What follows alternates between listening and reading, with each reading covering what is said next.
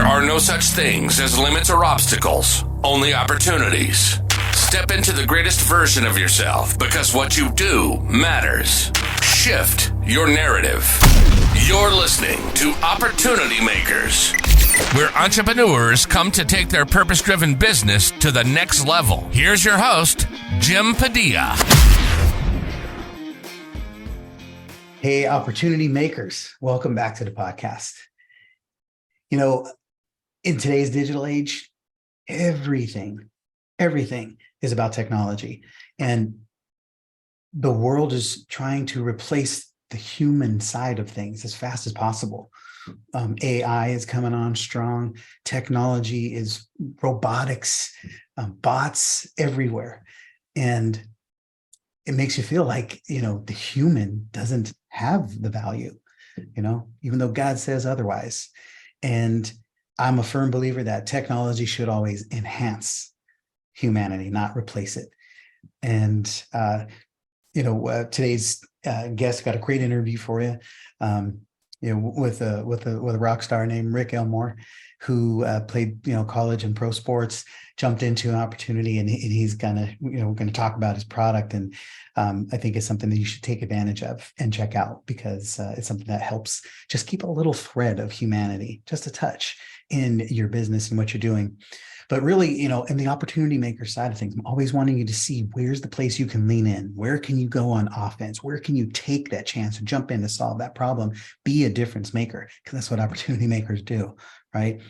And Rick's going to talk about, there's some key components in here that we'll unpack, and I will unpack it in our subsequent episode. We're gonna talk about this piece deeper. We're going to talk about the human side of technology and how they dance together and how they enhance you in your business and scaling and taking advantage of opportunities. But you're going to see in this particular conversation, we're going to be talking about just really finding the need and jumping in and taking a chance and not having to be the expert of all the things around the solution, just understanding how to pull the right resources and people together to deliver the solution for the marketplace, because what you do matters and you deserve to be paid well for it.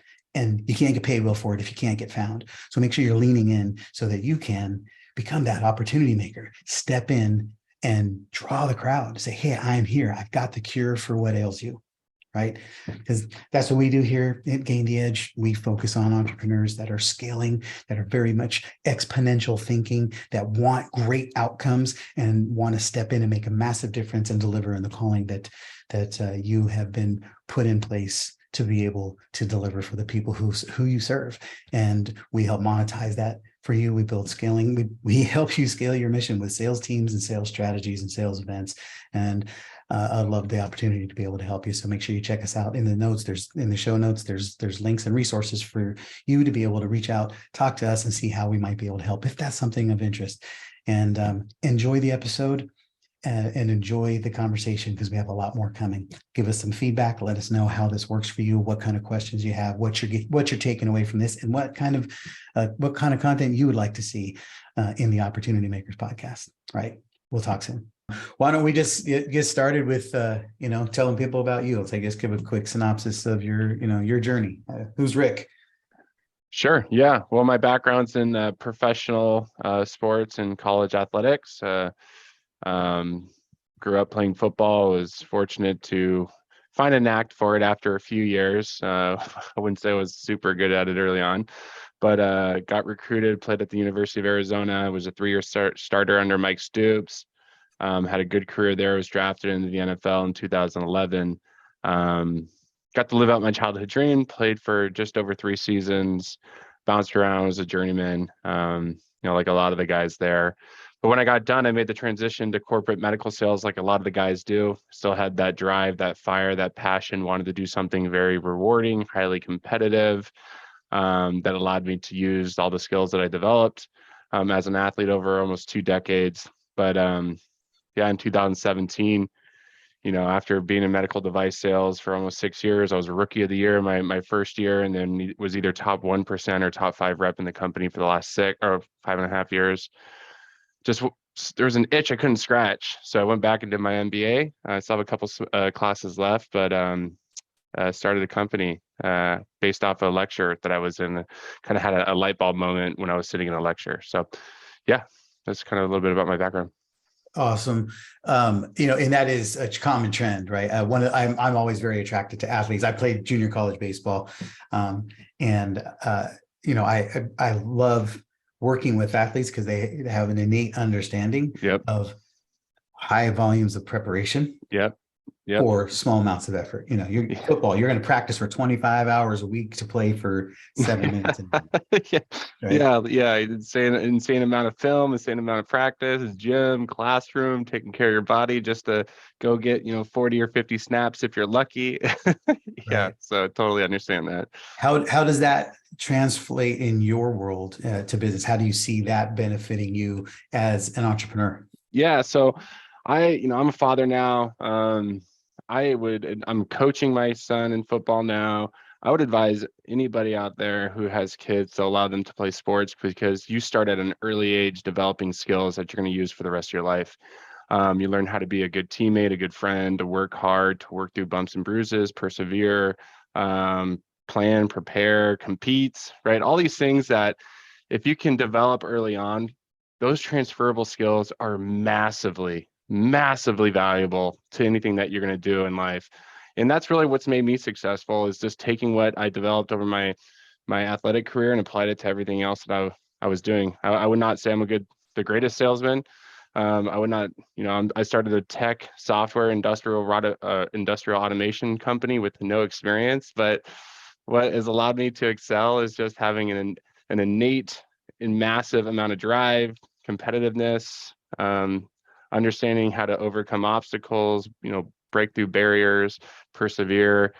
And that's what's really allowed me to, be successful in my career, in my life after sport.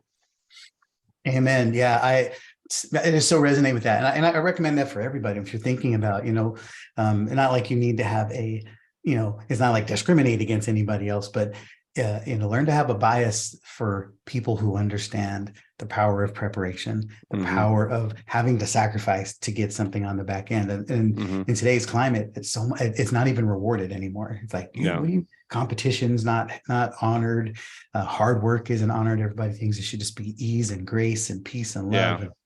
I've never seen it work that way. Yeah, when I went to the University of Arizona, I actually redshirted, so I was the dummy for the first year, the guy on the practice team basically, and I really didn't have like real success until really good success until my redshirt junior year. So what was that, year 3? So I went through a lot, of hard times just to get to some success, and I mean, I think that's just a great metaphor for life, and a lot of people want things now. And I'm a consumer of content. I go on YouTube, I do courses all the time, but it's really hard nowadays because everybody makes it seem like it should be easy. Like, oh, I made, $100,000 in the first 3 months of launching my business. They want to be a guru. But really what you have to be good at is understanding how to filter out all that noise. If that's true, it's an anomaly. Success comes over time. There's a reason, at least 10 years ago, they talked about the 10,000 hour rule. You don't become a professional in something until you've been doing it for 10,000 hours. You have to be really disciplined. You have to have really good filters to understand that there's a lot of noise out there telling you it should be easier than it is. It shouldn't. It should be hard. If it is hard, you're growing, you're learning, you're overcoming. So you got to live outside that comfort zone and constantly be trying to break through the ceiling. Something else that I was been drawn to you about, Rick, is very similar to myself. Is every business this is my third, I would say, official grown-up business. I've done all kinds of side hustles and tried different things, but my alarm company, my mortgage company, and now my sales organization, all of them I started on accident, and all of them I started without any qualification. It was just, I think I can do this. I can make this work. And I jumped into the opportunity, and I, you've done similar things, especially with your company. What's the thing about you that made that make sense? It's passion for it. You have to be obsessed about it. You have to love it. You have to believe in it. To make anything work, it is an incredible amount of work, especially for those first 5 years. that quick success is not real.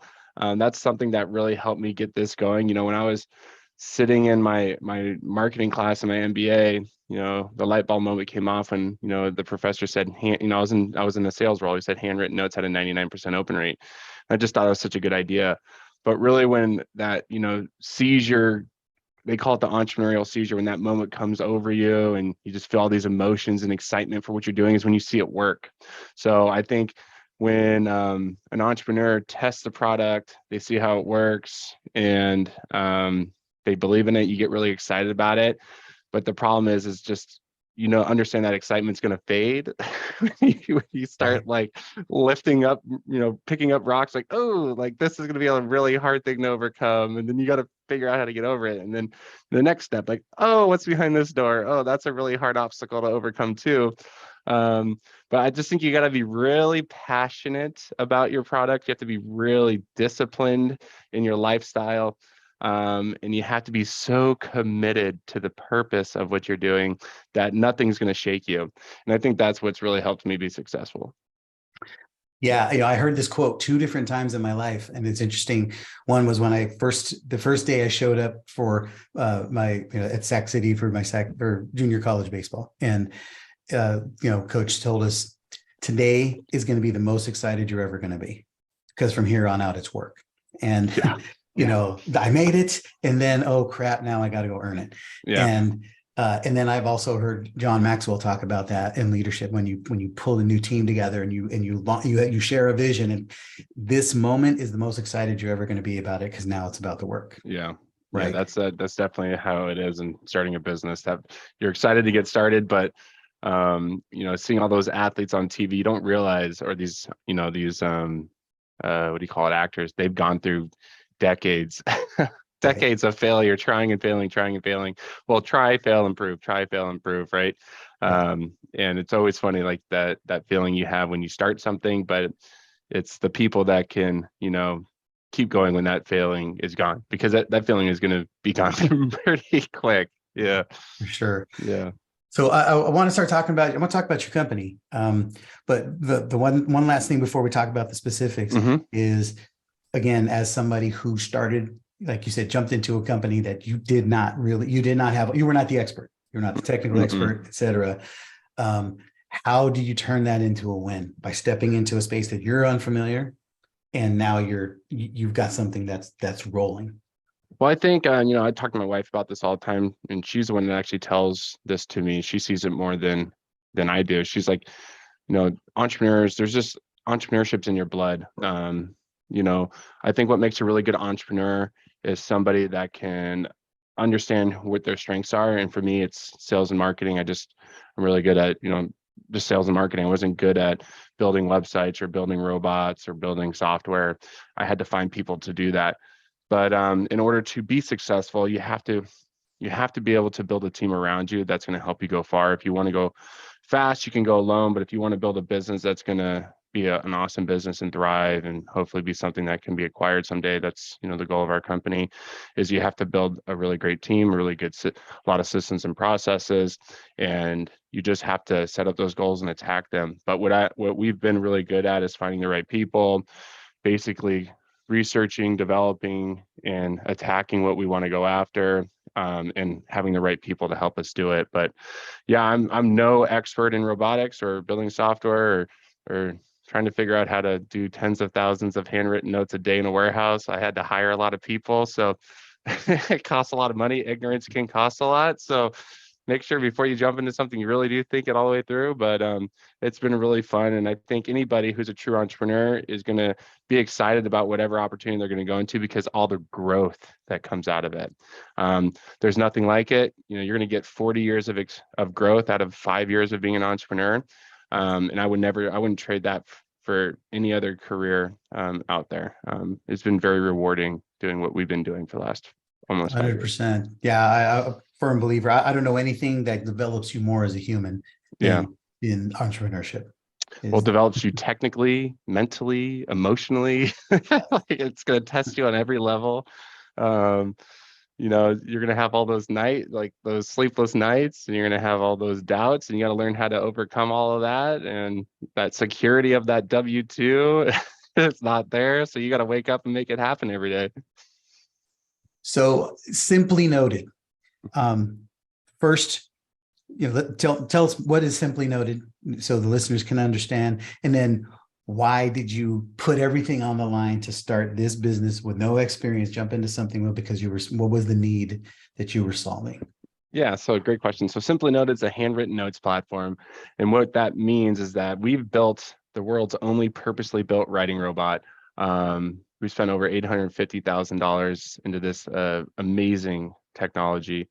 But what we do is help companies integrate and automate. So think of like a payroll system, or like a web form, or a CRM, or whatever. When things are happening, we can help people automate it, birthdays, anniversaries.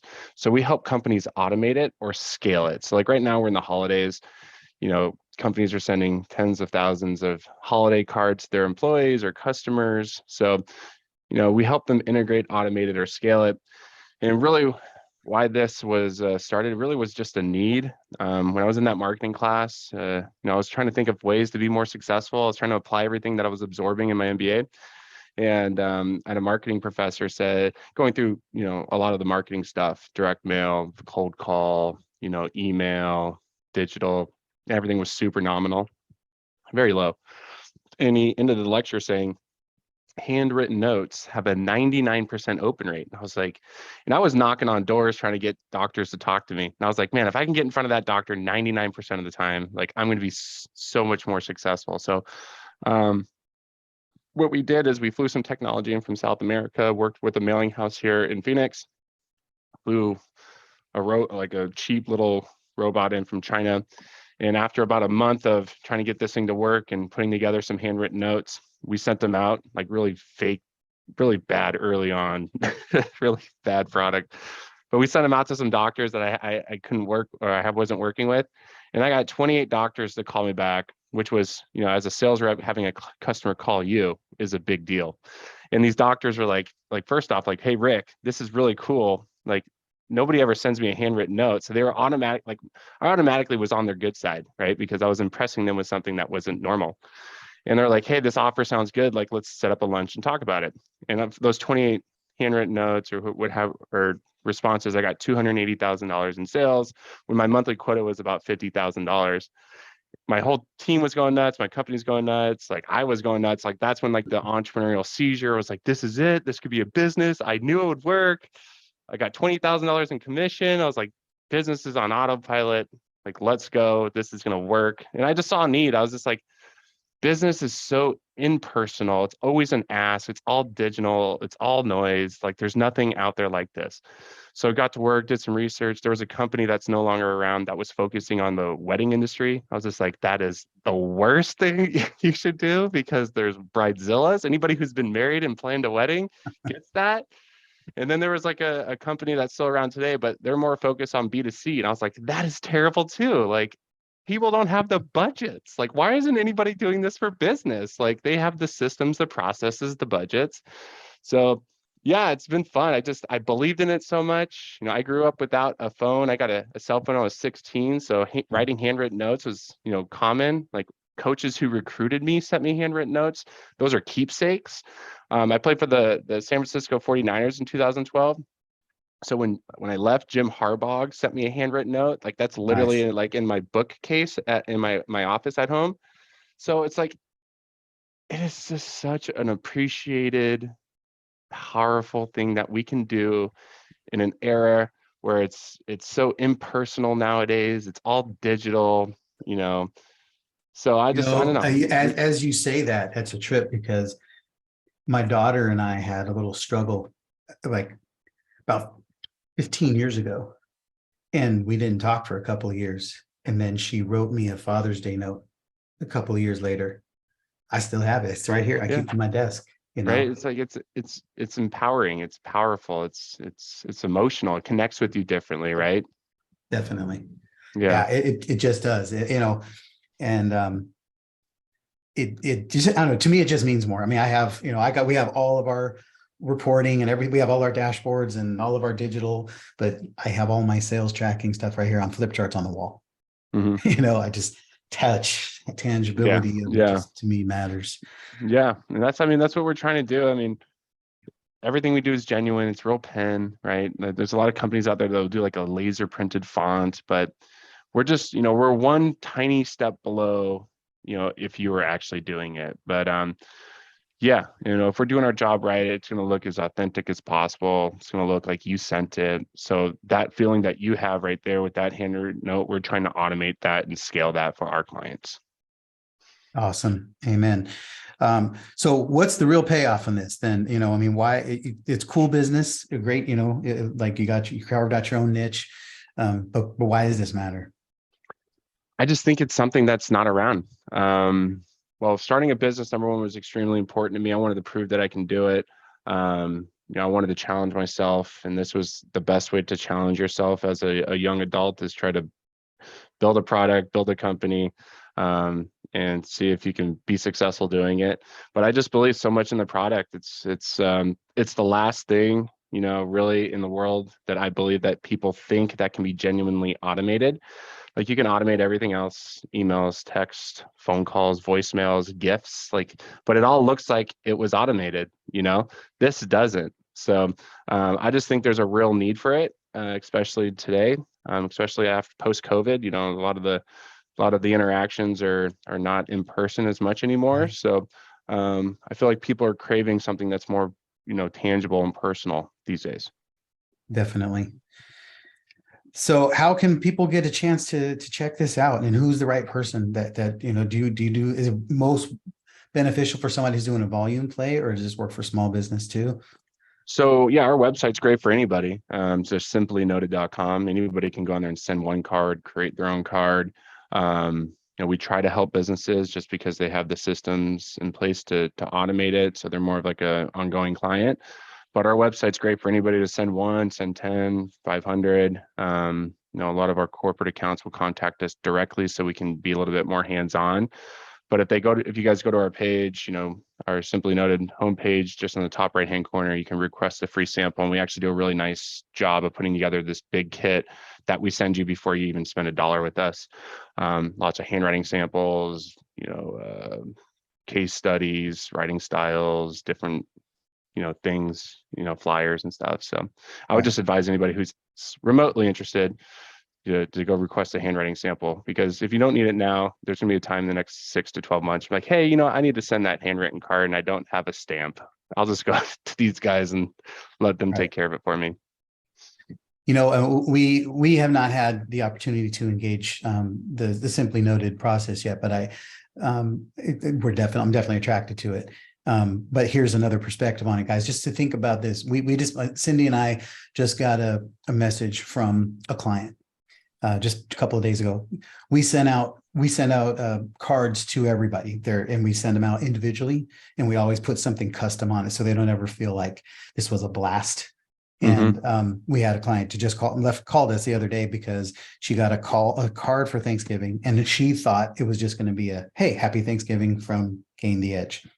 And she turned it over. She had just done a TED Talk, and she turned it over, and there was a picture of her with her TED Talk, her logo, and it was, congratulations, we're proud of you, right? And it moved her, because she was like, wow, you're paying attention to me. Yeah. Right. Yeah. And obviously it wasn't the handwritten note, but but that's what the handwritten note does, right? It gives that, I'm taking the time to do something for you. Yeah. Yep. And that's really, what is hard to do nowadays is everybody's being pulled in different directions. So it's hard to give people 5 minutes. So I think that's like what you were just explaining. This is showing that you're paying attention and that you care. And it's just a meaningful, thoughtful way of doing it. Amen. So what would be your wisdom to people who are listening, who are hungry, wanting to solve problems, wanting to, take a piece of the burden of the marketplace, but it's a little fearful right now? Yes. I was just get started is the thing I tell to anybody who wants to start a business. You're never going to have all the answers. We're 5 years in, and every time you solve a problem, there's going to be 3 new problems to figure out. So just getting started is the most important thing that you can do, because it's just like compound interest. Just a little bit of work every day adds up. And before you know it, after 12 months, you're going to be so incredibly proud and shocked of how far you came versus if you tried to wait 12 months and try to figure it all out. So I tell everybody, get started, because it's what it's going to take. Is just work.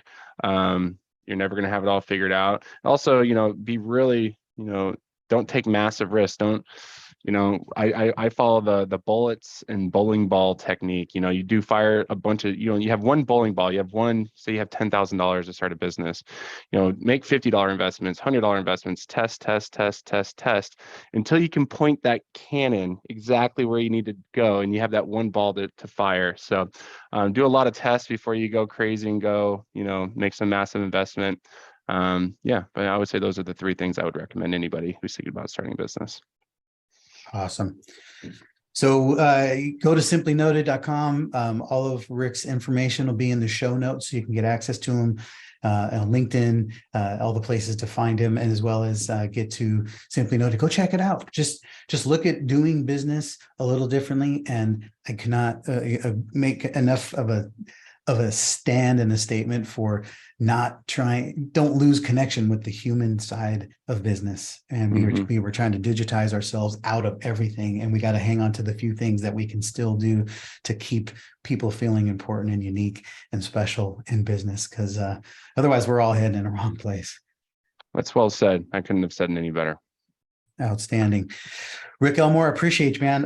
Really glad you stopped by the show, and for the opportunity makers out there, and you are definitely an opportunity maker, and see it well, and looking forward to the next version or the next iteration or what comes after this. So excited for it, and appreciate the time, and good luck in 2023.